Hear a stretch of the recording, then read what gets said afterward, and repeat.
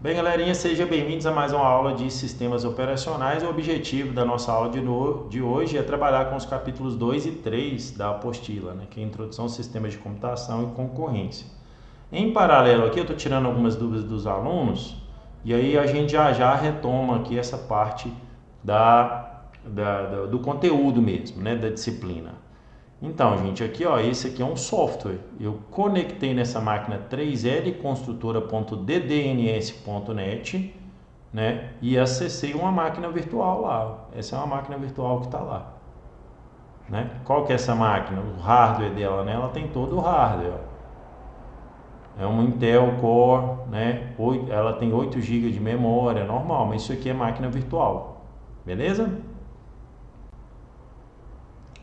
Lá tem uma máquina que é um VirtualBox que está associado a ela, né? Nesse caso aqui, essa máquina está usando praticamente tudo do CPU lá, né? Que é desse servidor, né? Que é um i3 aqui, mas é uma máquina virtual, beleza? Ô César, e a diferença, essa máquina virtual, ela pesa a rede, digamos assim, carrega Não, muita rede? não pesa. Eu não sei, eles têm uns esquemas, cara, isso aqui é muito leve para a internet de hoje, sabe?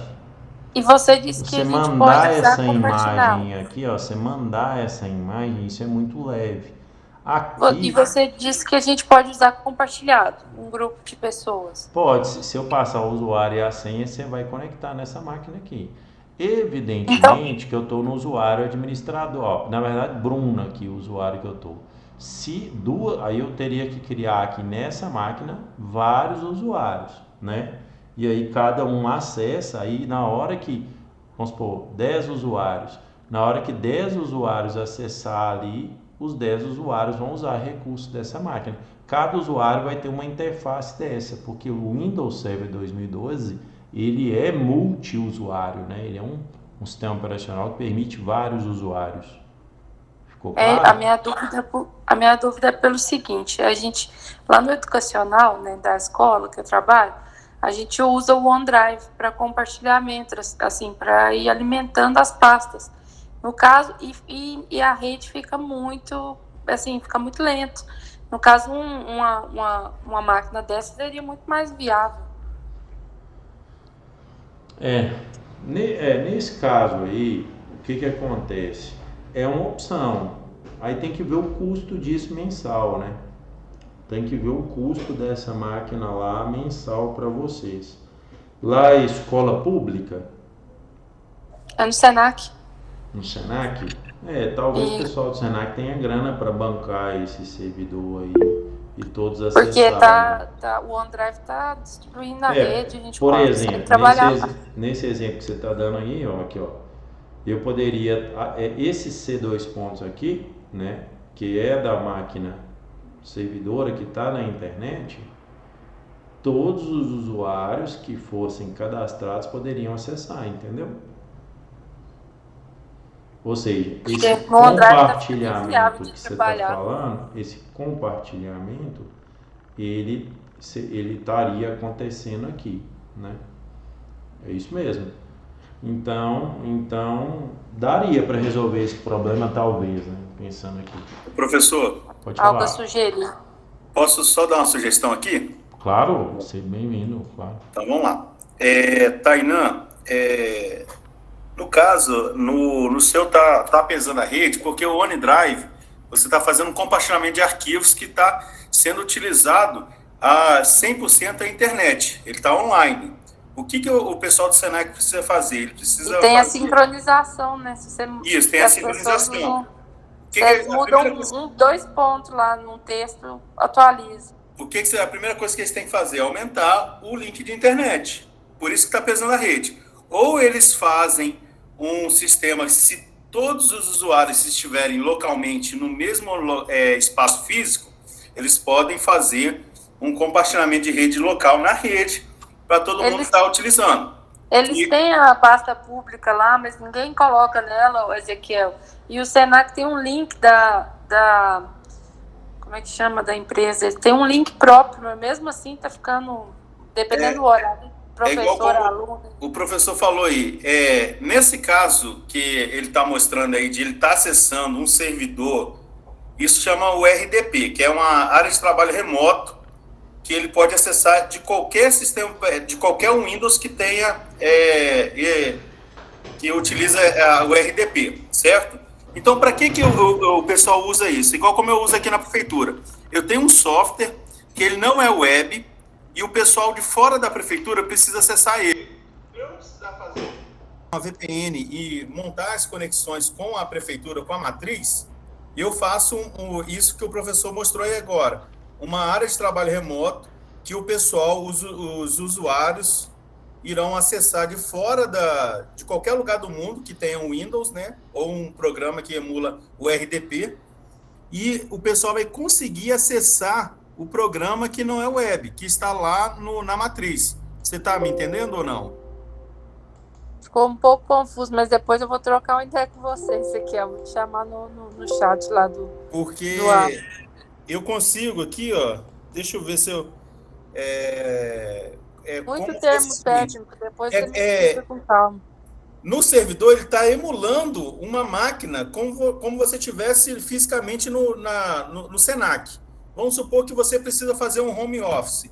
Para você não precisar acessar a sua máquina do Senac e deixar ela 100% ligada, o que o pessoal faz? Eles vão montar um servidor que ele vai emular um sistema operacional que vai te dar esse acesso, que vai ficar em uma única máquina. Ele vai fazer, igual como o professor falou, ele vai fazer várias áreas de trabalho, como é que você falou, professor? Ela é multiusuário, você tem multiusuário. Isso. Então, tipo assim, várias pessoas irão conectar num único computador e cada um vai ter sua área de trabalho. Em vez de eu ter 10 computadores ligados, eu vou ter só um que vai fazer várias máquinas virtuais, que é uma área de trabalho remoto, cada um vai ser uma área de trabalho independente e cada um vai conectar. Isso ajuda a economizar gasto, economizar energia e também facilitar o acesso de todo mundo, entendeu? Algo a sugerir, Ezequiel. Obrigada, viu? Desculpa aí, professor. Não, que isso, não. Era só para... Tranquilo. Isso aí eu já uso aqui, já tem anos aqui na prefeitura para o pessoal de fora acessar o software que não é web. Entendi. Não, isso mesmo. Essas áreas de trabalho remoto aí que o Ezequiel falou, RDP, né, é muito comum a utilização e às vezes é interessante, você resolve vários problemas, às vezes tem um software específico, né, que é o caso aqui desse Finance aqui, ó, que ele é o software financeiro da empresa, né? E aí você tem a empresa que ela tem várias ela tem várias filiais, né? E aí você coloca esse software aqui, o software é multiusuário e o sistema operacional aqui é multiusuário. Então, o que acontece? Você tem, sei lá, 20 funcionários hoje aqui que deve estar acessando esse software e lançando as transações financeiras aqui dessa empresa nesse software. E tudo centralizado, né, numa base de dados local. Aqui no caso deve estar aqui o banco de dados dele, deve estar no C2 pontos em algum local aqui, né, em que periodicamente é feito algum backup. Olha para você ver, isso é interessante. Aqui, ó, nesse D2 pontos, muito provavelmente é um HD externo em que é feito um backup rotineiramente aqui, né, dos dados, né? Então, isso é uma forma, né, do software funcionar. Então é isso. César. Oi, pode falar. Nesse sistema que você falou em multiusuário, vamos supor, eu salvei um arquivo nesse computador lá. Outro usuário tem acesso a esse arquivo? Ou tem como eu fazer uma pasta? Não, se você colocar no C2 pontos aqui direto, sim, né? Agora, se você colocar aqui em usuários, no seu arquivo, por exemplo, suponha que seu usuário seja esse aqui, ó, Franco, né? Aí você não vai ter permissão de acessar, entendeu? Aqui, ó, eu não tenho permissão, só se eu for administrador, porque essa pasta Franco aqui, ela é específica do Franco, igual essa pasta aqui é da Nayara, então a Nayara não tem acesso a ela não, entendeu? Agora, se você é o administrador, você tem acesso a todas as pastas, beleza? Então é isso, galera. Esse capítulo 2, gente, ele é bastante simplesinho, né? Acho que nem cabe a gente entrar nele no sentido assim de explorar. O que é um sistema de computação? Cara, um computador é um sistema de computação. Por quê? O computador você tem um hardware, você tem um sistema operacional e você tem os aplicativos. Isso é um sistema de computação, né? Um smartphone é um sistema de computação. Por quê? Porque você tem um hardware, você tem as interfaces que a gente chama, né, que é as interfaces de rede. Você tem lá uma placa de rede 2G, você tem uma placa 3G, você tem uma placa, por exemplo, 2G só usa para mandar SMS. Aí a sua placa 3G já usa internet, já usa dados. Sua placa 4G, mesma coisa, né, já é só para dados. E aí, só para internet. Hoje já tem até a placa 5G, os celulares estão vindo com a placa 5G. Né? Você vê você tem um sistema operacional e você tem os aplicativos e você tem utilitários e você tem softwares básicos que fazem parte do sistema de computação que se chama smartphone. Né? Então os smartphones são um sistema de... o pessoal está pedindo para entrar aqui, deixa eu só habilitar aqui, fazer isso aqui só no início da aula, viu, galera? Pelo link lá vocês têm acesso também, né? Lembrando disso. A gente já está trabalhando, tem alguns períodos aqui, vou permitir aqui, porque senão bagunça demais a aula, né? Então, voltando aqui, né, nessa especificação que eu estou falando, um smartphone é um sistema de computação, né? Por quê? Porque você tem hardware, você tem armazenamento, você tem um SSD lá dentro que armazena os sistemas o sistema operacional e os aplicativos e os seus dados. E você também tem um elemento humano, que é a pessoa que opera o sistema de computação, né? Aí você vai para um sistema de computação mais assim, embarcado, dispositivos embarcados. Pensar, por exemplo, o software que roda num micro-ondas smart, né? Também é um sistema de computação, né? Você tem software, você tem hardware, você tem um elemento humano. No hardware você tem a memória, você tem os periféricos, no software você tem aplicativos, utilitários, software básico, né? Tudo isso faz parte desse processo. Vou dar um exemplo mais básico ainda, vou pensar aqui, que também é um sistema de computação. Pegar, por exemplo, um medidor de pressão desses que medem a pressão automática. Também é um sistema de computação. SO não vai ter o SO, mas vai ter software, né? Vai ter hardware e vai ter o elemento humano, mas é um sistema de computação mais simples, né?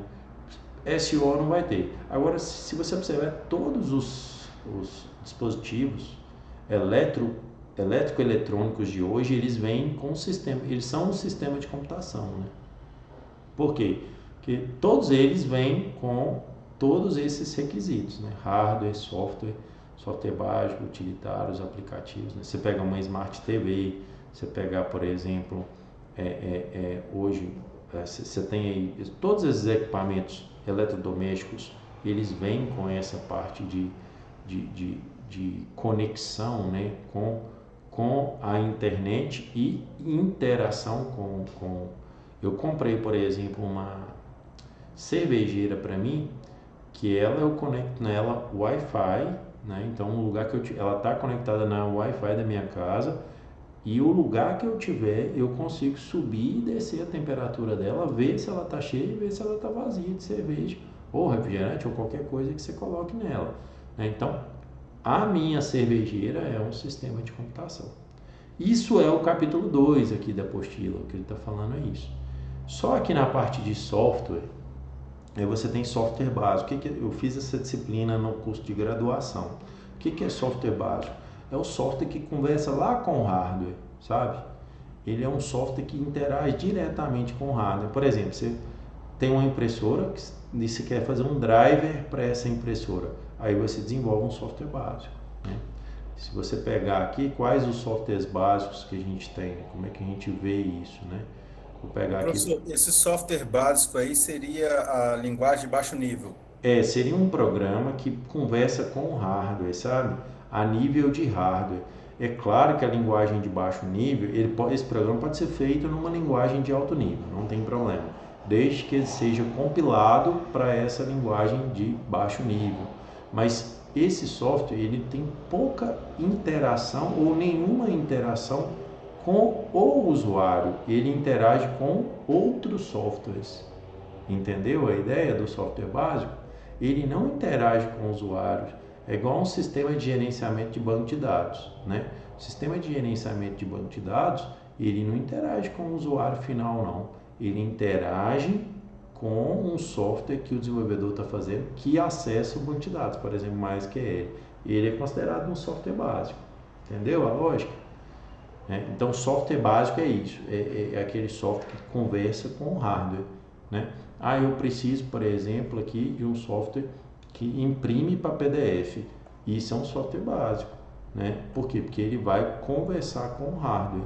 Eu vou criar uma impressora PDF e essa impressora ali, os dados vão chegar nela, eu vou receber aqueles dados e gerar um PDF. Eu não interajo diretamente com o usuário. Então, esse é um exemplo de software básico, né? Todo software que faz o hardware funcionar, todos os drivers, né? Eu formatei minha máquina, agora eu tenho que instalar os drivers. Os drivers são considerados softwares básicos, né? Utilitários, o que são os utilitários, né? É aquele conjunto de software que você não instalou ele, que ele já veio ali no sistema operacional para te ajudar, né? Dá um exemplo aqui dos utilitários, ó. Deixa eu habilitar aqui, peraí, só um minutinho. Aqui, ó, esse cara aqui, ó, deixa eu abrir o painel de controle aqui. Painel de controle aqui. Aí, ó, todos esses softwares aqui são utilitários, ó, né? Todos eles. Por quê? Porque eles fazem parte de um conjunto. Se você abrir aqui, ó, ele abre uma tela, ó, programas e recursos, né? Esse programas e recursos aqui mostra os programas que estão instalados. Isso é um software utilitário, né? Isso é um exemplo. Isso não foi instalado na máquina, né? Agora o Adobe aqui, por exemplo, né? O Adobe aqui já é um aplicativo, né? Isso aí já é um aplicativo. Então já entra nesse contexto aqui de aplicativo, né?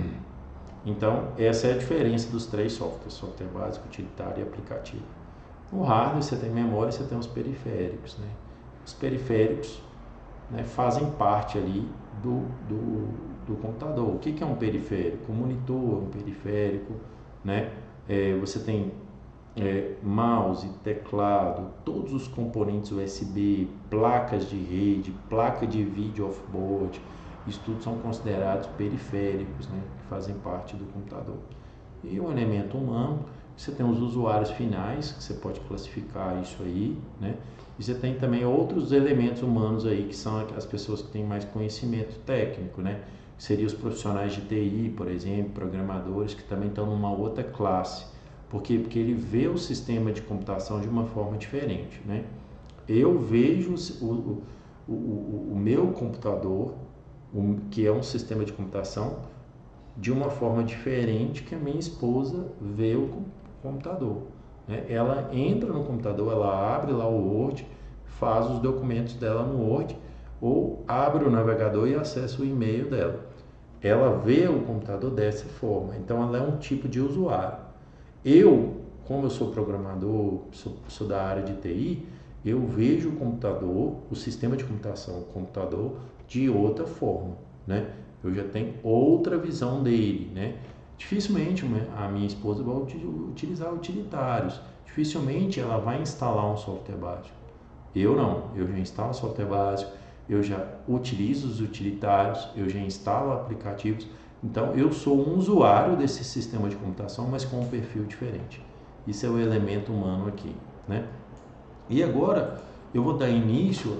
Então, esse capítulo é muito simples. Depois vocês dão uma lida nele. Qualquer dúvida que tiver, vocês podem me tirar na próxima aula quanto a ele. O objetivo nosso, principal da nossa aula de hoje é trabalhar e ver esse esquema de concorrência aqui, tá? Que é o capítulo 3 da apostila, tá? Então, vamos lá na concorrência, no capítulo 3. A apostila, gente, eu dei uma lida nela, tá bem legalzinha, tá? Assim, é difícil achar uma apostila assim, pensando nos materiais que a gente tem, boa igual essa aqui. Então eu gostei dela. Pelo menos nesses 3 primeiros capítulos que eu vi mais a fundo, né? Para eu passar para vocês, eu gostei da apostila. Aqui, ó, o elemento humano que eu falei com vocês, né? Programadores, administradores de rede, os próprios usuários finais, né? Desenvolvedores, engenheiros, administradores de banco de dados, que tem perfil diferente.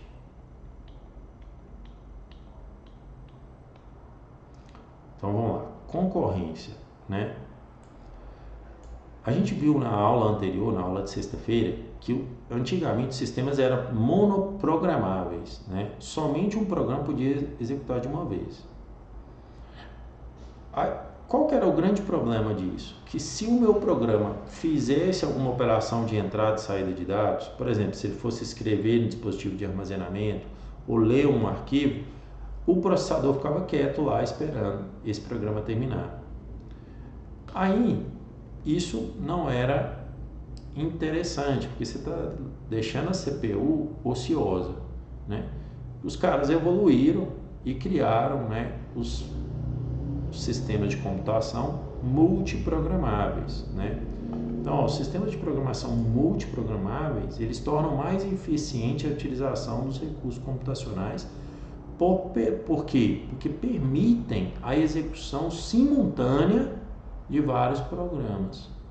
Então, eu posso executar vários programas de uma vez. Isso é que a gente chama de concorrente, porque um programa concorre com o outro para ter recurso, né? Esses programas todos que estão sendo executados aqui nesse meu computador, vou mostrar para vocês. Aqui, ó, essa lista de processos aqui, de aplicativos.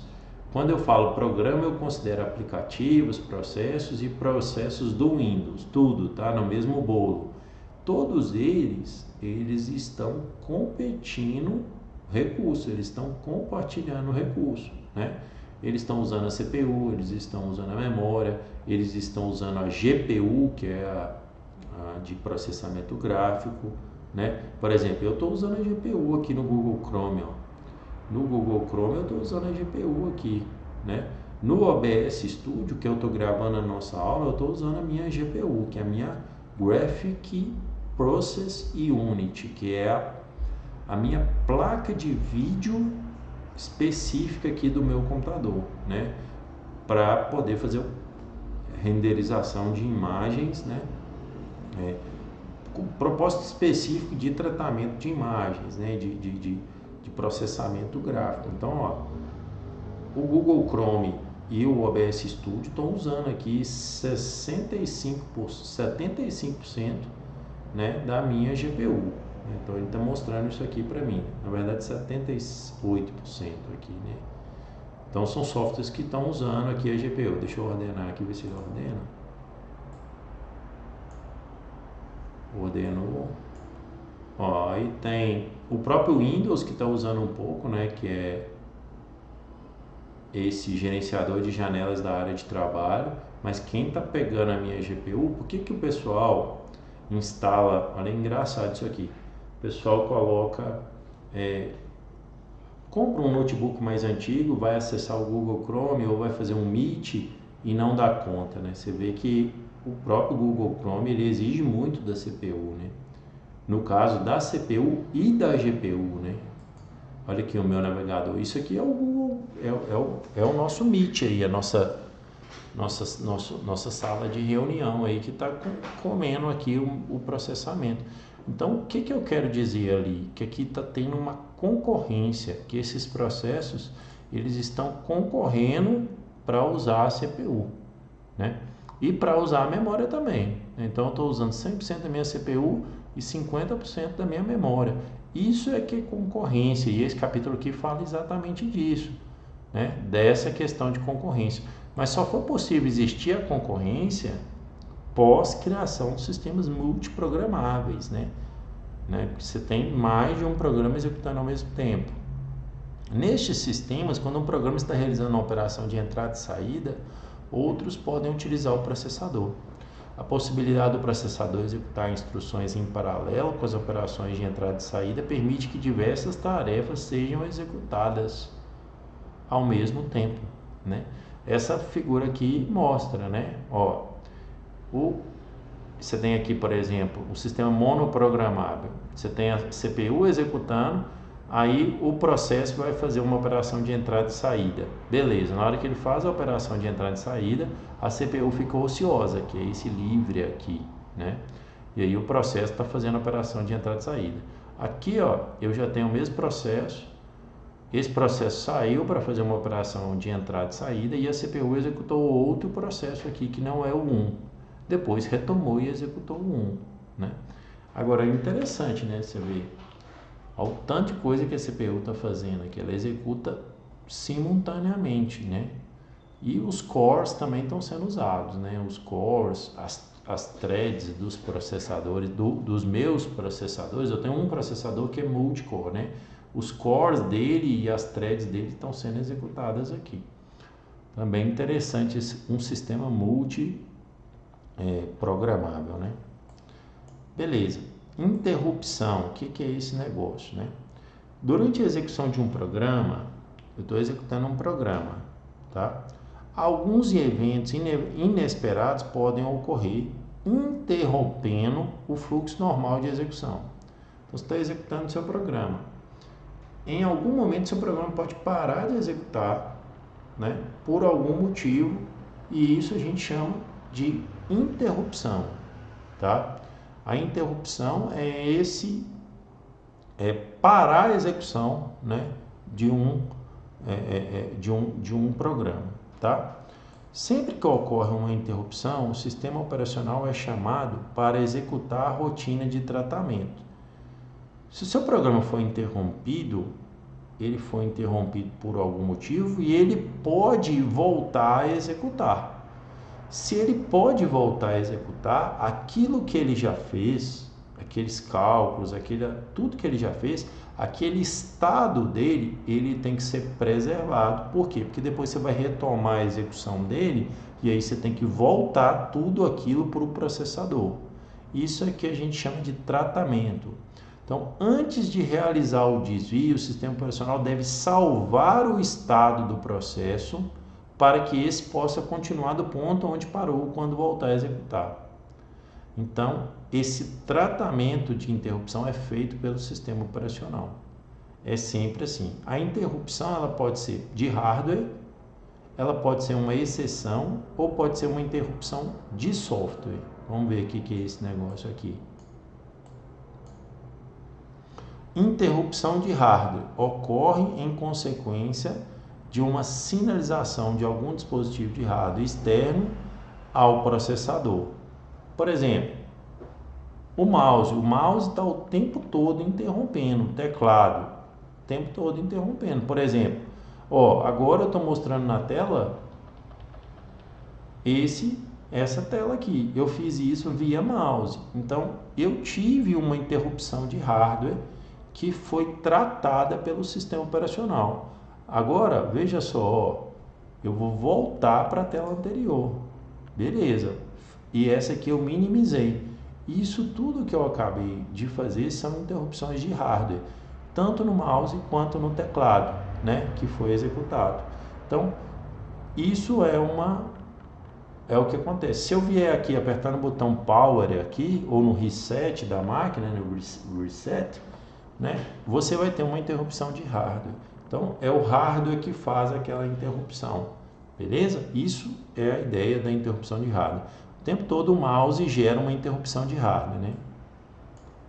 Por quê? Porque ele trata aquele evento do mouse, né, aquele clique do mouse e toma alguma decisão. Essa decisão pode, inclusive, de fechar um programa, né? Se o cara vier aqui no símbolozinho de fechar, né? Se eu vier aqui, por exemplo, e clicar aqui, então vai ocorrer uma interrupção de hardware, que é o meu clique, que vai fechar esse programa, esse utilitário chamado gerenciador de tarefas, né? Essa aqui é a ideia. Outro tipo de interrupção que pode ter é a interrupção por exceção, né? exceção ocorre em consequência de algum erro durante a execução de uma instrução do próprio programa. As exceções que sinalizam a ocorrência de algum erro aritmético e outras sinalizam erros relacionados à segurança e proteção de dados. Então, isso aqui é uma exceção, né? A exceção ela pode ser simulada, são exemplos de exceções aritméticas, divisão por zero, overflow, underflow, isso são exemplos de exceções. Eu vou criar exceções aqui em C para vocês, tá? Por exemplo, eu vou abrir aqui, eu até fiz um teste aqui hoje, mais cedo. Deixa eu ver se eu consigo gerar ele aqui. Eu acho que foi o programa, fiz um programa aqui.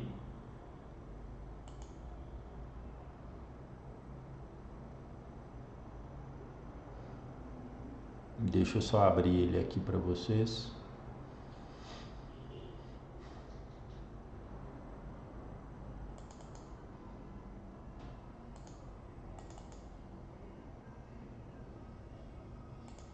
Uns testes que eu estava fazendo aqui, ó. Esse aqui, ó. Esse programa aqui, não esse aqui não, esse aqui é a interrupção de software. Deixa eu fazer a interrupção de hardware aqui, esse programa 3 aqui. Esse programa aqui ele vai gerar uma exceção. Por que, César? Porque você está criando aqui, isso é um programa em C, eu vou explicar aqui, não precisa de entender, preocupar com a sintaxe não, só entender o que eu vou dizer. Eu estou criando um vetor, que é uma área de memória de 2 posições de inteiros. Então eu estou criando 4 bytes vezes 2, 8 bytes na memória RAM. Então, o que eu posso fazer? Eu sou programador, então eu posso vir cá na posição 0 dele e colocar um valor. Por exemplo, eu quero o valor 5, né? Ou então eu posso vir cá na posição 1 dele aqui, no índice 1, que é a posição 2, e colocar o valor 7. Isso está certo, o programador faz certinho isso aqui. Porém, se o programador vier aqui e colocar 200, ele está errado. Por que ele está errado? O que vocês acham? Vocês conseguem me ajudar nisso aí? Alguém? Ninguém? Por que ele indexar com 200 aqui, esse vetor vai dar algum problema? Vai dar uma exceção? Por causa da posição? Porque é maior. É maior. Maior do que... Isso, e é maior, exatamente isso. Aqui, ó. Esse overflow que estava escrito aqui, ó, ele falou, overflow, né? Isso é um exemplo, né? Eu estou acessando, eu estou dando um overflow naquele tamanho de memória, porque eu estou acessando a posição 200, mas ele só tem 2 posições. Então, na hora que eu executar esse meu programa, ó, ele vai dar uma exceção e ele não vai retornar 0 aqui, ó. Ele não vai retornar 0. Ele deu um erro aqui. Teve um problema nesse meu programa. Um outro exemplo, aí deixa eu só comentar esse código aqui. Um outro exemplo de exceção também, mostrando para vocês, é esse aqui de baixo. Volto a falar, não preocupa muito com a sintaxe não, mas o que eu estou fazendo aqui? Ó? Esse malloc é alocação de memória dinamicamente. Estou alocando memória do computador, tá? E esse P aqui é uma variável que representa, que está apontando para aquela área de memória. Beleza. Esse asterisco P significa que eu estou acessando a célula da memória. E eu estou colocando 10. Até aí tudo bem, não tem problema nenhum, tá? Então eu posso fazer isso. Aloquei a memória usando essa programação aí. Eu sou programador, fui lá e aloquei memória para mim usar. E fui lá e coloquei que lá vale 10. Beleza, porque a minha memória é do tipo inteiro aqui, eu posso armazenar o valor 10 lá. Não tem problema, tranquilo. Só que nesse comando aqui, eu liberei essa memória. Então eu dei um free. Então a memória que eu havia alocado, eu intencionalmente fui lá e liberei ela. E depois eu tentei acessá-la. também vai dar uma exceção, ó. Ele não termina a execução, ó. Quer ver? Ele vai rodar, quer dizer, não sei se ele vai rodar, né? Vamos executar de novo. Beleza, ele executou agora e ele retornou aqui, ele não retornou 0, ele retornou esse número negativo gigante aqui, significando que em algum momento ele foi interrompido, né? Então esse programa ele foi interrompido, gerou uma interrupção que a gente chama de interrupção de exceção, que é o que eu estou escrevendo aqui para vocês, ó, que é o que a apostila está querendo dizer aqui, né? Então voltando aqui para a apostila, esses dois exemplos que eu citei, de código em C, de programas, né? Não é do código, eu não estou estudando o código, eu estou executando um programa que gera uma exceção. Essa exceção ela é tratada pelo sistema operacional, por esse mecanismo do sistema operacional de tratar as exceções. Então, todo sistema operacional tem que tratar essas exceções, né? Beleza, o Windows aqui tratou a exceção, né? Ele interrompeu ali a execução, né? E fez esse tratamento. O tratamento dele para esse meu software não foi o mais adequado. Por quê? Porque ele simplesmente retornou o erro e abortou ali a execução, no sentido assim, ele não permitiu que eu retomasse a execução. Aí tem linguagens mais modernas de programação, que não é o caso de C, que permite eu tratar a exceção. Vai gerar a interrupção e aí depois o Windows manda o controle para o programa de volta e o programa toma a decisão. Por exemplo, mostra a mensagem para o usuário falando que deu um erro de memória, ou que ele dividiu por 0, ou que ele teve um overflow de vetor e tal, mas o programa não aborta. Nesse caso específico, como o meu software é muito basiquinho aqui, né, ele simplesmente abortou a execução, né, ele não deu erro, ele não controlou nada, né? Então essa exceção ela não foi tratada devidamente, porque o meu software é muito simplesinho, mas em softwares mais completos, né, você tem esse tratamento de exceção. Beleza, continuando aqui, eu tenho a interrupção de software. Então, o software faz a interrupção. É, na verdade, uma chamada de sistema realizada sempre que o utilitário ou aplicativo solicita recursos do hardware. Aí é aquele outro exemplo. Ó. Eu vou pegar aqui um outro software, é um aplicativo, nesse caso, meu aqui que eu fiz, que vai fazer uma chamada de sistema. Olha aqui que interessante. Ó. O que ele vai fazer nessa chamada de sistema? Ele vai chamar o comando pause.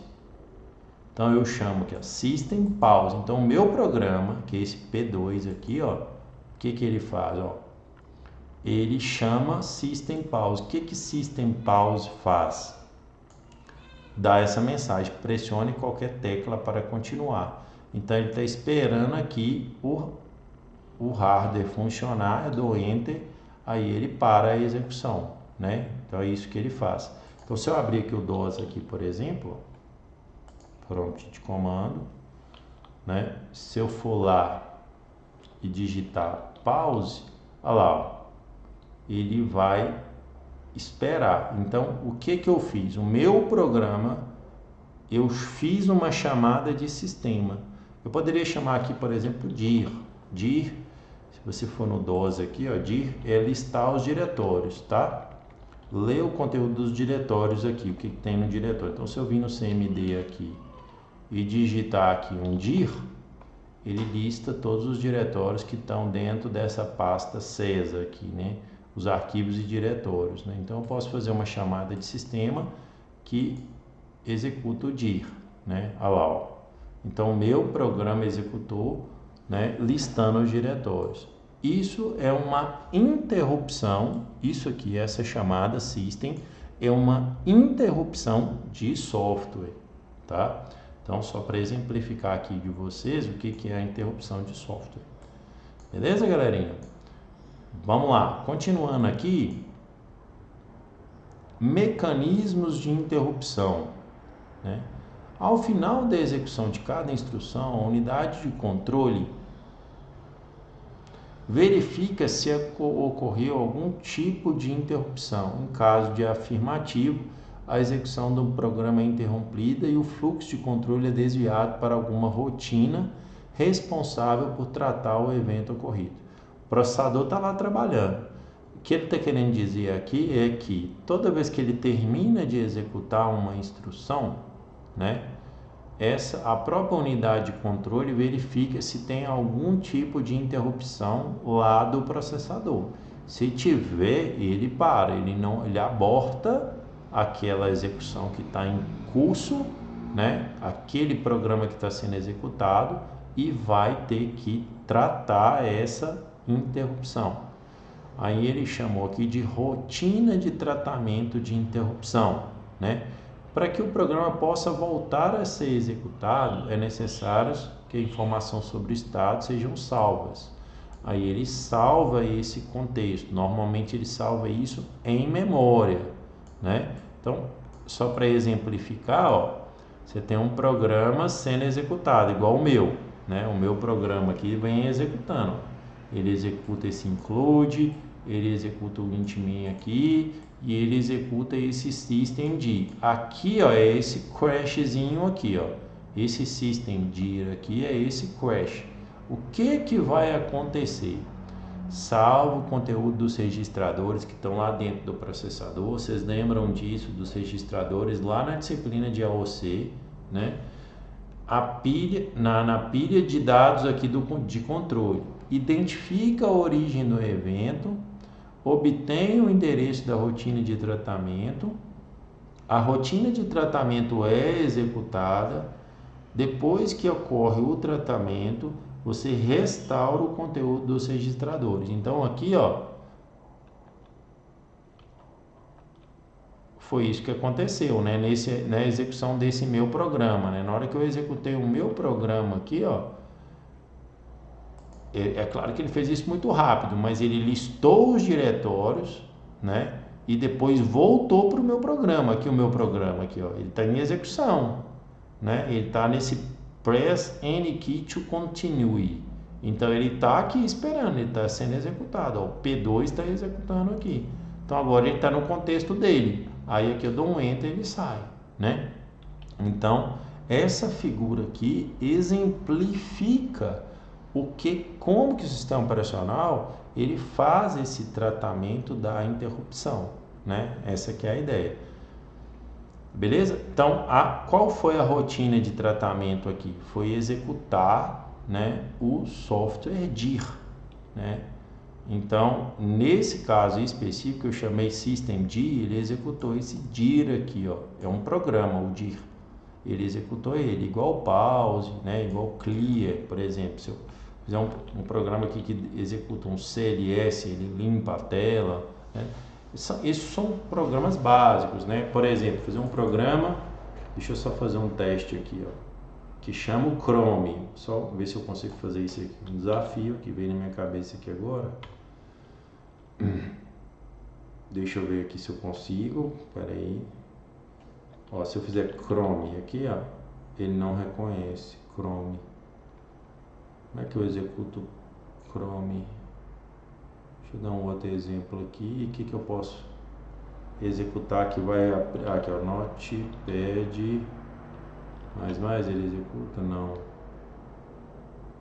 Deixa eu ver um programa que ele vai executar. Adobe, ele executa? Não. Eu não tenho nenhum programa no meu path aqui de execução. Deixa eu ver se eu tenho um aqui. Deixa eu ver aqui, ó. Esse é um programazinho que eu tenho aqui, Node, né? Ctrl C para sair, beleza. Então o Node é um programa que eu utilizo aqui, por linha de comando aqui. Peraí, Notepad, eu acho que ele executa, beleza.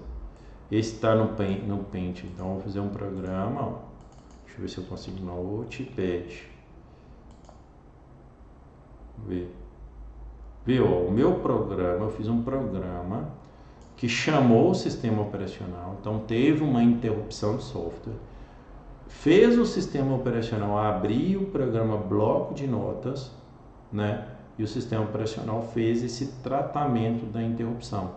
O sistema operacional faz esse tratamento da interrupção que a gente está reportando aqui na apostila.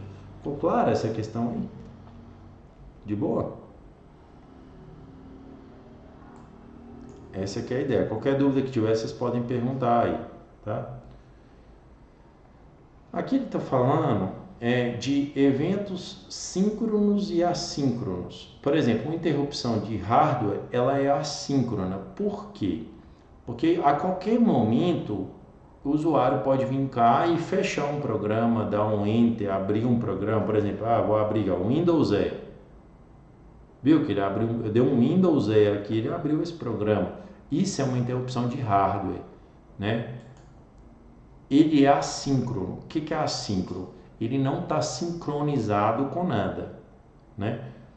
Nossa aula hoje ela é uma aula síncrona. Por quê? Porque eu estou online, vocês estão online e a gente está interagindo.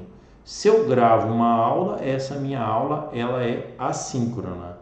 Então a interrupção de hardware ela é assíncrona e a exceção ela é síncrona. Por quê?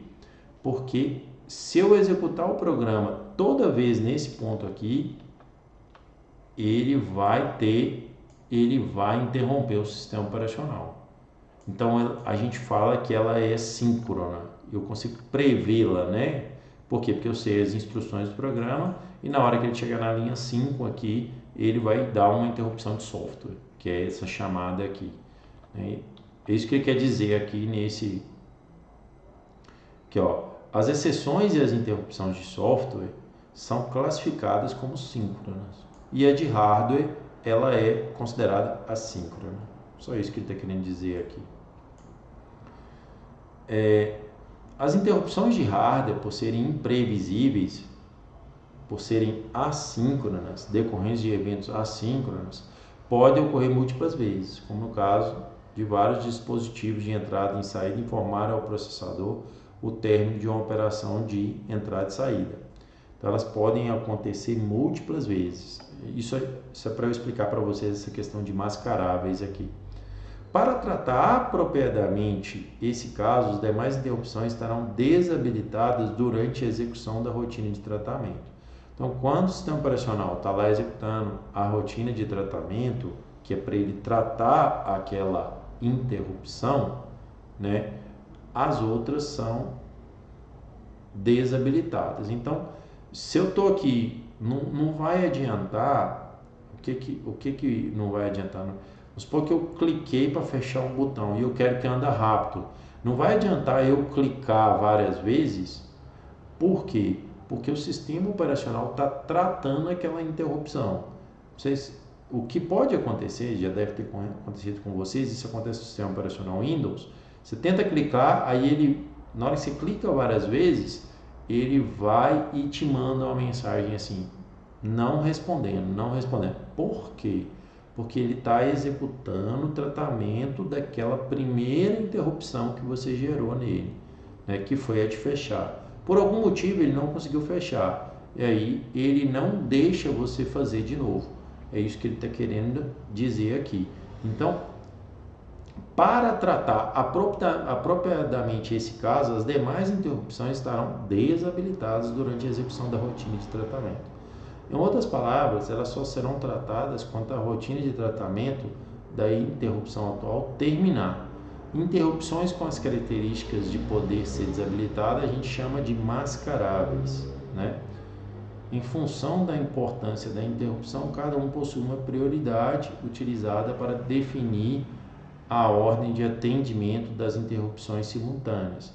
É claro, né, se eu vier aqui, der um Ctrl Alt Del, for em gerenciador de tarefas, que é onde a gente vem, e vim aqui gerar uma interrupção, finalizar a tarefa, essa aqui ele vai fechar, ela tem alta prioridade. Vocês já viram isso? Você está executando um software, aí trava, aí você fala, não, e agora? A máquina travou.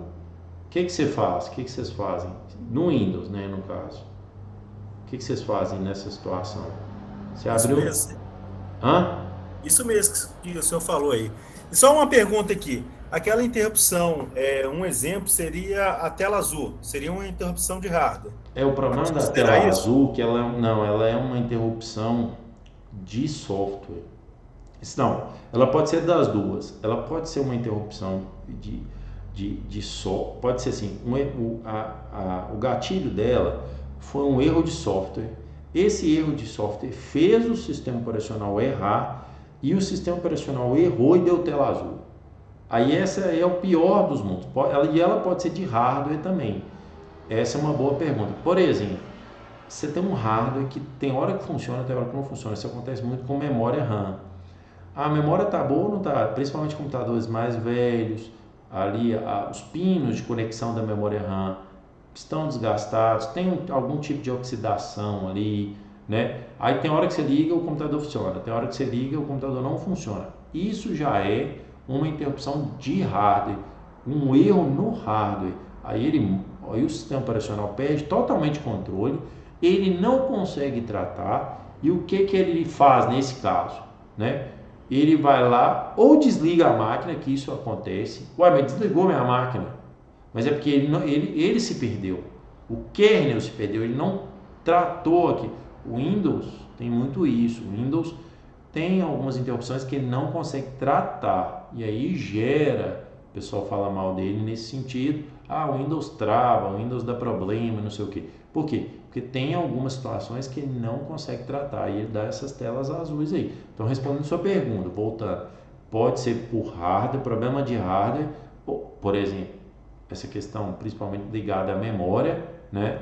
Ou pode ser, acontece muito, o processador para de executar, por exemplo, você tem um cooler lá, o cooler está tão sujo que ele já não resfria mais e a pasta térmica do processador também já foi embora, e aí aquele processador está com 100 graus Celsius, ao invés de ser 70, 75, e aí aquele processador entra em colapso, né? Ele para de funcionar, ele para os registradores, as unidades de processamento, na CPU, a unidade lógica e aritmética, para de funcionar, dá uma pane lá, aí ele também dá a tela azul. Então, isso é uma interrupção por uma falha de hardware. Mas um software pode bagunçar também, por exemplo, um vírus. Um vírus pode dar a tela azul, né? Por quê? Porque o vírus começa a gerar exceções no SO não tratáveis e o SO perde o controle, né? Por exemplo, esse comando aqui, gente, se você tiver um software que faz isso aqui, por exemplo, esse cara aqui, ó, de alocar, de endereçar coisas, você pode ter um software, se eu colocar esse aqui dentro de um for, por exemplo, esse software vai expandindo de tamanho, quer ver, ó? Vou fazer esse teste aqui com vocês, né? Vem cá, peraí, quer ver, ó? C code to exhaust. Se a aula interromper aqui é porque ele conseguiu o objetivo, né? Memory, deixa eu ver se tem esse exhaust, não escreve assim não. Memory. Um programa em C para exaurir a memória aqui, né? Deixa eu ver se eu consigo executar esse programa aqui. Aí, ó, esse programa aqui, ó, ele faz isso, ó. Então, eu estou setando a memória, tá vendo? Então, um while true nele aqui. Deixa eu pegar aqui, vou criar um outro programa aqui, ó. New file C vai ser o 4 aqui. Se interromper, a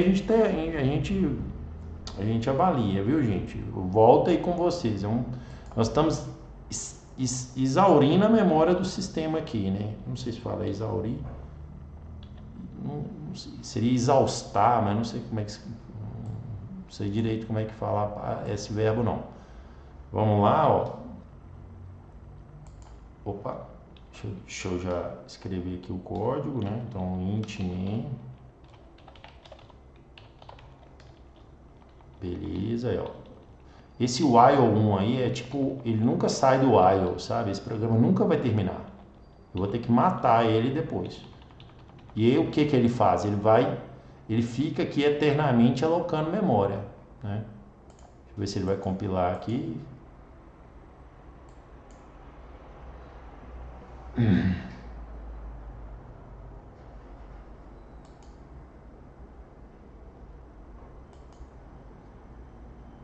Ele deu uns warnings aqui, mas eu acho que compilou. Vamos executar esse programa aqui. Ele está executando, né? Vamos ver a memória se ela pelo menos mudou alguma coisa aqui. Aí, 81, 86, 91%, estão vendo? 94, 96. Olha aqui o tanto de memória que ele está usando, olha. Viram? 8 GB de memória esse meu programinha. Viram aí? Então eu estou pegando um programa, né, e ele não para, eu não consigo parar de executar ele. Ele está com 9 GB de memória. Pá. Pode olhar, ele vai ser o que mais está usando memória, que é esse console aqui, que é o meu programa, né? Então eu fiz um software, 10 GB de memória, e ele está indo, está tentando, ó. Porque ele vai ficar infinitamente acessando a memória do computador, né? Matar ele aqui, senão ele vai acabar com a nossa aula aqui. Então é um exemplo aqui dessa alocação de memória, desses programas que podem fazer o sistema operacional colapsar. Esse é um exemplo, né? Eu estou alocando memória, o sistema operacional vai me dando memória, né? Eternamente, e eu não perco essa memória, né? Vou lá alocando de 1024 vezes 1024, esse malloc aqui, isso aqui são bytes, né? Então toda hora eu aloco e fico aqui eternamente. Esse programa aqui ele está prejudicando. Depois eu vou até deixar executando aqui para ver o que pode acontecer, se vai dar uma tela azul, se vai gerar uma interrupção, se vai dar algum problema aqui, né? Eu acho que ele vai pegando um HD, sabe? Ele vai expandindo a memória virtual e vai alocando, porque o HD ali a gente vai ver isso depois, é a memória secundária que se torna uma memória. Quando eu não tenho memória real, eu vou para a memória virtual, né? E aí ele deve usar o próprio HD para alocar a memória. Então por isso que ele não teve problemas ali e não abortou a execução, né? Então esse programa faz esse tipo de coisa aí. Então, retomando aqui, operações de entrada e saída, né? Isso é massa. O que é isso aqui? Eu vou bem direto aqui nessa questão, porque antigamente, como é que era que funcionava aqui, ó? As operações de entrada, o que é operação de entrada e saída? As operações de entrada e saída é o seu software comunicando com os dispositivos de entrada e saída. Por exemplo, o WhatsApp. O WhatsApp, você manda dados e você recebe dados. Então, um dispositivo que o WhatsApp utiliza é a placa de rede, né? Então, se eu vier aqui, por exemplo, no meu computador e abrir aqui o WhatsApp, né? Na hora que eu abrir o WhatsApp aqui, ele vai usar a placazinha de rede. Por quê? Porque é o dispositivo de entrada e saída de dados dele principal. Vocês concordam comigo? Eu vou mandar vídeo, eu vou mandar arquivos, eu vou mandar vários bytes. E ele vai pegar esses caras, né, esses bytes, e vai enviar para mim. Depois, lá na outra ponta, quem receber, pega os bytes que eu enviei e transforma aquilo em arquivos, em mensagens em caracteres, em arquivos de áudio, em arquivos de vídeo ou arquivos de imagens, né? É assim que funciona o WhatsApp. Então, para o WhatsApp, qual que é o dispositivo de entrada e saída? A placa de rede. Fato. Beleza. Um banco de dados. Pensando agora, um banco de dados tipo MySQL, né? Deixa eu ver se eu tenho instalado aqui MySQL. O MySQL aqui. O MySQL é um aplicativo que o dispositivo de entrada e saída dele é o HD da máquina, né? O Office, mesma coisa. O Excel aqui, por exemplo, é um programa. A entrada e saída dele é o HD. Você pega um arquivo, que é uma planilha, e você salva dados dela o tempo todo, né? E faz processamento nesses dados, né? Os dados que estão na planilha estão no HD, mas o tempo todo você usa ali, né? HD para poder salvar dados ou ler dados do HD, ou abrir os arquivos das planilhas, ou acessar uma planilha externa, enfim. O HD é o dispositivo de entrada e saída dele, né? Do WhatsApp, do Excel.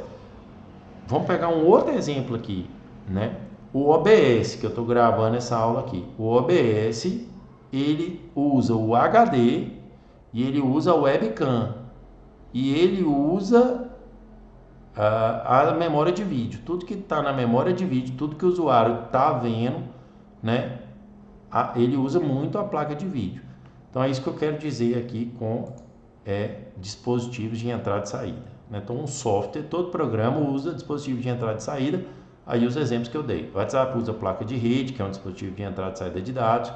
O OBS utiliza placa de vídeo, né? O Excel utiliza o HD, o MySQL utiliza o HD, o Google Chrome utiliza a placa de rede, utiliza HD também, porque ele armazena vários cookies, várias informações de sessão, né, no negócio. Enfim, isso é assim que funciona. O que são dispositivos de entrada e saída?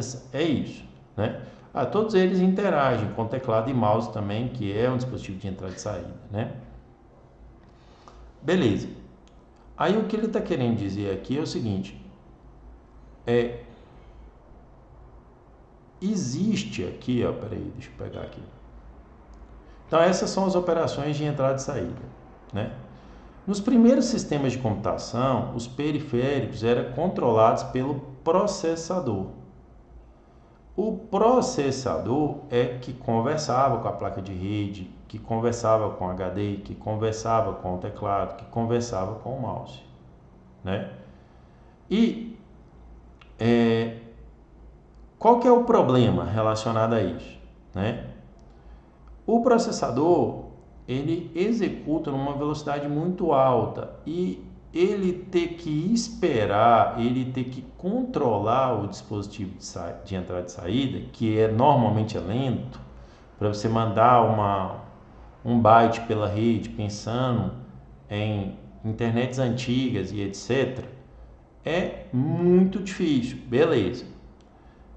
Então, o que eles fizeram? Eles criaram, né, um controlador.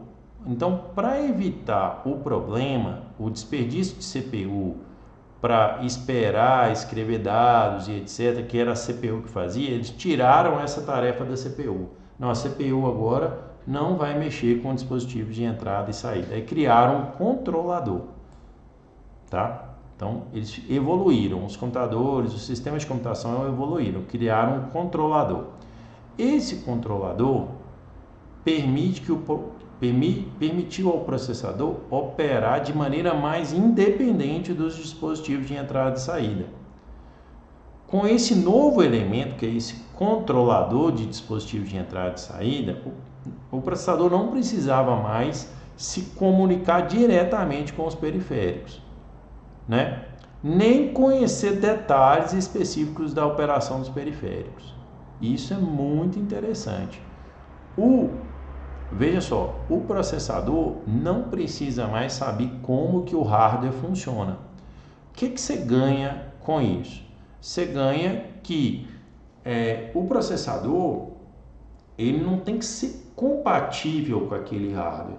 Então você pode ter um processador fabricado por uma empresa, Intel, AMD, por exemplo, e você pode ter um hardware fabricado pela Dell, pela HP, pela Lenovo e etc., desde que esse controlador faça um meio de campo.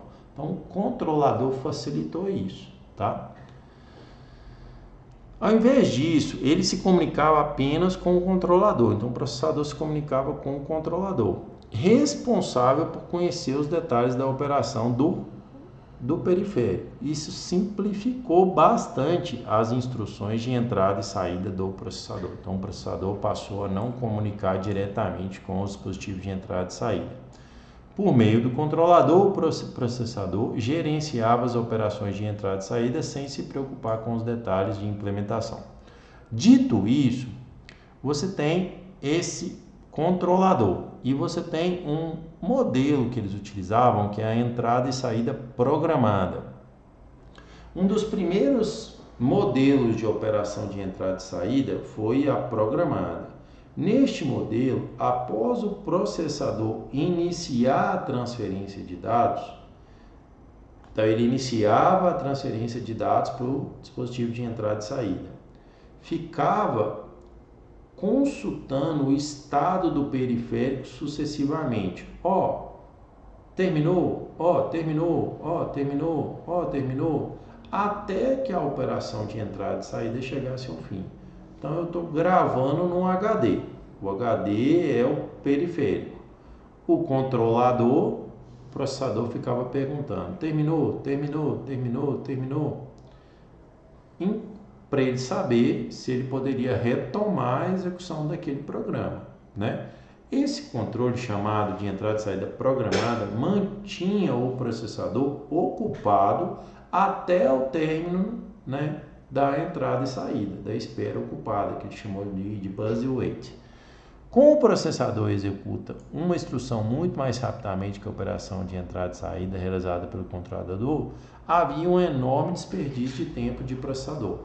Então, nesse modelo aqui que eles adotaram, o processador melhorou, porque tinha o controlador, mas o processador ainda tinha que ficar perguntando: terminou? Os bytes já foi carregado? Né? Então o processador tinha que ficar perguntando se os dados estavam na memória, se o controlador tinha levado os dados para a memória, porque o processador ele não acessa o HD diretamente, ele acessa a memória RAM. Os dados têm que estar na memória para ele poder processar. É assim que funciona, né? Então ele tinha que ficar perguntando para o controlador e o controlador respondia. Então essa tinha um defeito. Por quê? Porque esse modelo aqui, de vez em quando, né, o processador tinha que ir lá e perguntar: terminou de transferir para a memória? Aí eles criaram um outro mecanismo, que foi esse por pooling. Esse pooling aí é uma evolução desse mecanismo anterior, né? Ele permitiu que algumas instruções pudessem ser executadas entre sucessivas consultas sobre o estado de operação. Esse pooling ele conseguia fazer as duas coisas ao mesmo tempo: executar algumas instruções e também perguntar se tinha terminado aquela operação de entrada e saída de dados, né? Essa forma de entrada foi chamada de pooling, introduziu um certo grau de paralelismo. Então, ele ficava perguntando para o controlador: terminou de levar os dados para a RAM? Terminou de levar os dados para a RAM? Mas mesmo assim, né, não eram todas as instruções que ele poderia executar ao mesmo tempo. Por isso que esse paralelismo, algumas ele conseguia, algumas não conseguia. Então, tinha também um problema nessa entrada e saída por pooling, né? Isso aí ele coloca aqui, ó. Então, isso porque outros programas poderiam executar enquanto uma operação de entrada e saída era realizada, mas em determinados intervalos de tempo, o sistema operacional deveria interrompê-los para verificar o estado da operação de entrada e saída, apesar de um modelo ser melhor que o anterior. Caso houvesse várias operações de entrada e saída pendentes, o processamento seria interrompido diversas vezes. Se você tivesse muito processamento, muita entrada e saída, e antigamente os softwares tinham muita entrada, hoje também tem, mas demandavam muito tempo essa entrada e saída de dados. Por quê? Velocidade do HD era lenta, velocidade da rede era lenta, a própria velocidade do teclado e mouse era lenta, a própria placa de vídeo era lenta e etc. Isso demorava muito, né? E aí eles criaram essa controladora, uma evolução aí, né, por interrupção.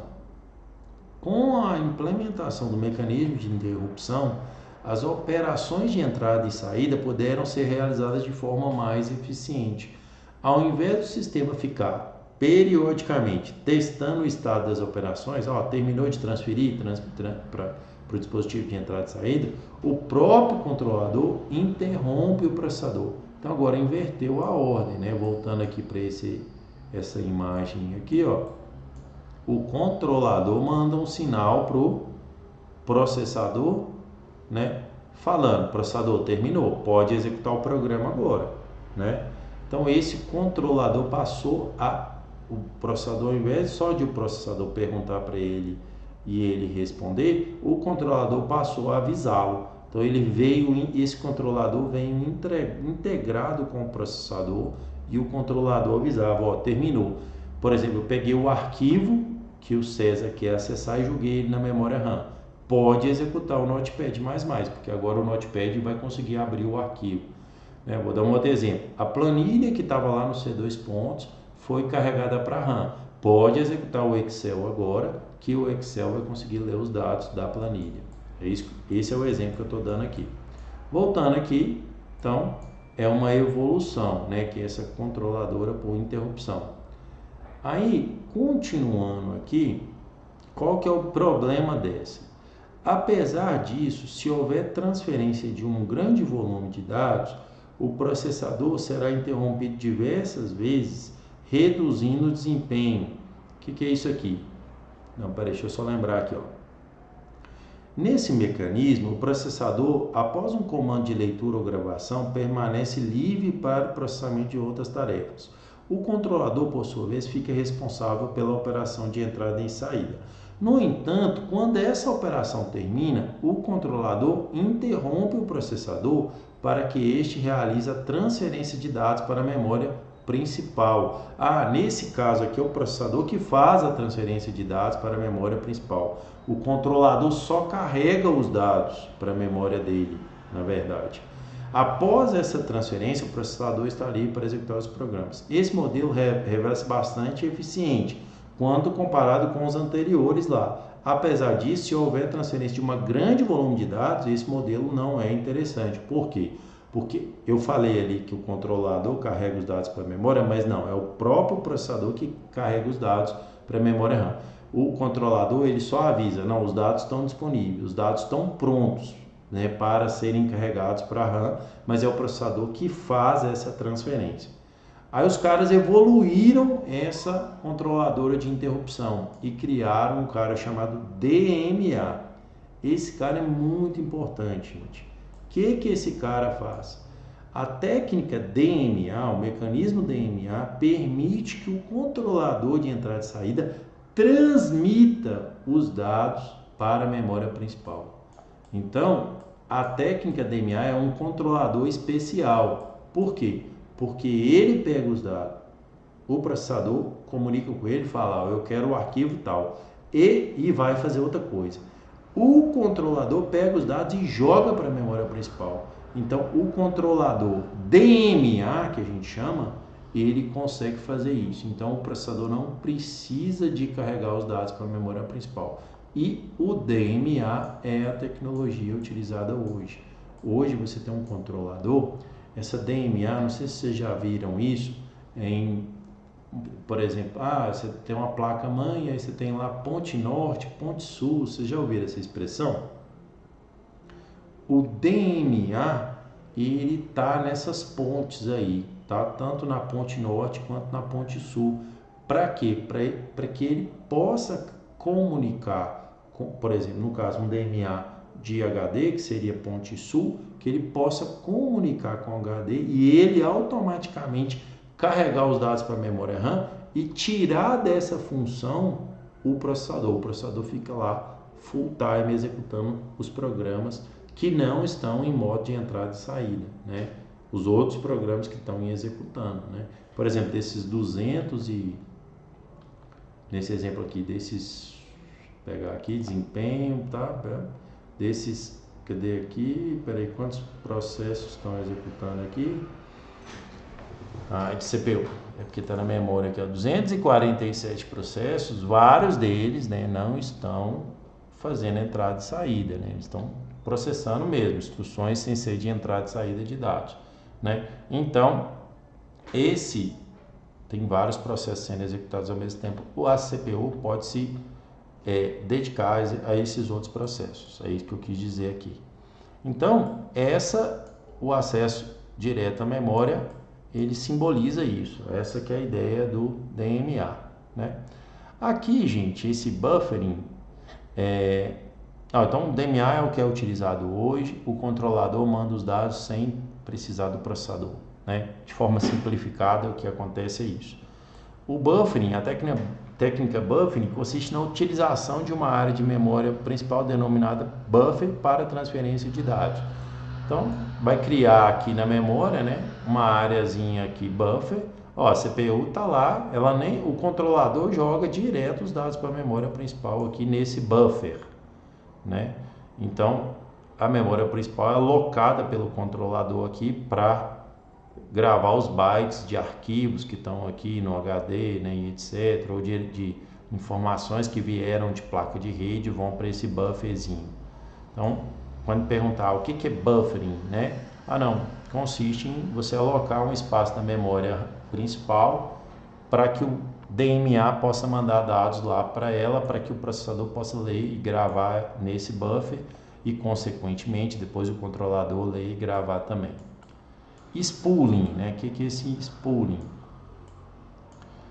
Esse spooling aqui já é uma coisa mais antiga aqui. Isso aqui está só mostrando aqui que o spooling é assim: você pega o próprio disco e usa ele. O programa quer mandar, por exemplo, um arquivo para a impressora, ele põe nesse spool esse arquivo e o sistema operacional manda para a impressora. Então o sistema operacional pega o arquivo que vai ser impresso, que está no HD, né, esses bytes que estão no HD, e manda para a impressora. Fica um pouco fora de contexto esse spooling aqui na apostila, tá?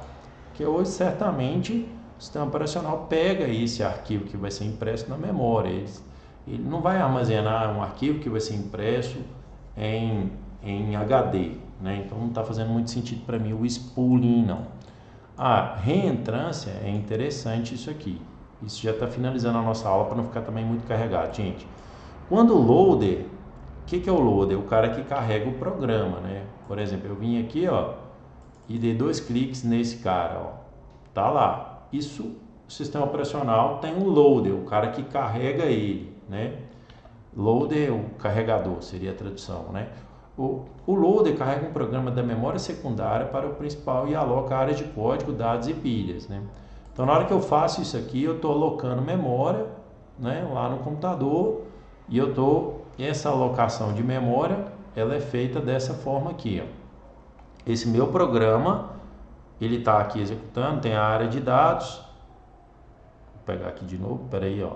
Tem a área de código, tem a área de dados, tem a pilha de execução, né? Em sistemas multiprogramáveis, são comuns vários usuários utilizar o mesmo aplicativo simultaneamente, né? Que é o exemplo que eu dei aqui para vocês, né?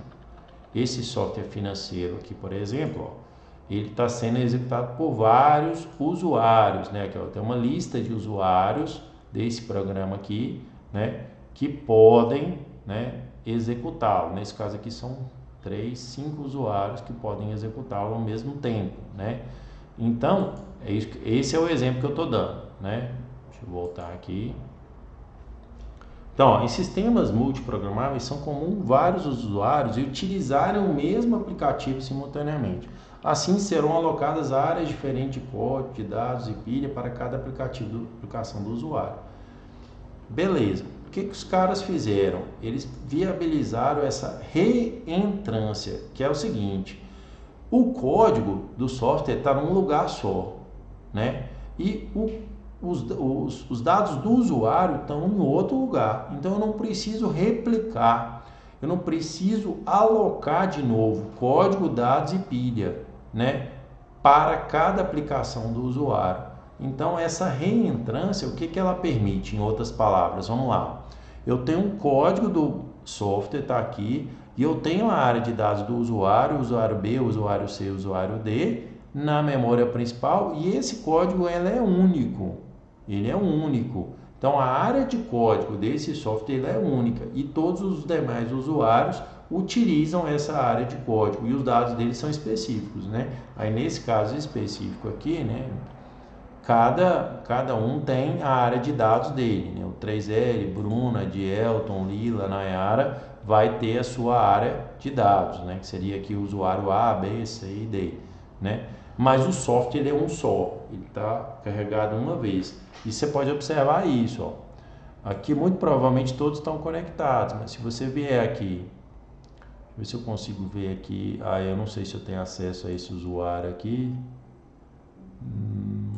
Eu não tenho, eu acho que eu não tenho acesso ao painel de controle aqui. Deixa eu ver se eu tenho. Painel de controle. Não, talvez eu tenha aqui, né? Não. Gerenciador de tarefas aqui. Aqui eu tenho só um programa sendo executado. Eu não tenho vários finance sendo executados, né? Eu só tenho um. Por quê? Porque o Finance aqui é um software que permite essa reentrância. Um único código, né, disponível, né, e você tem vários usuários. Reentrância é a capacidade de um código executável ser compartilhado por vários usuários.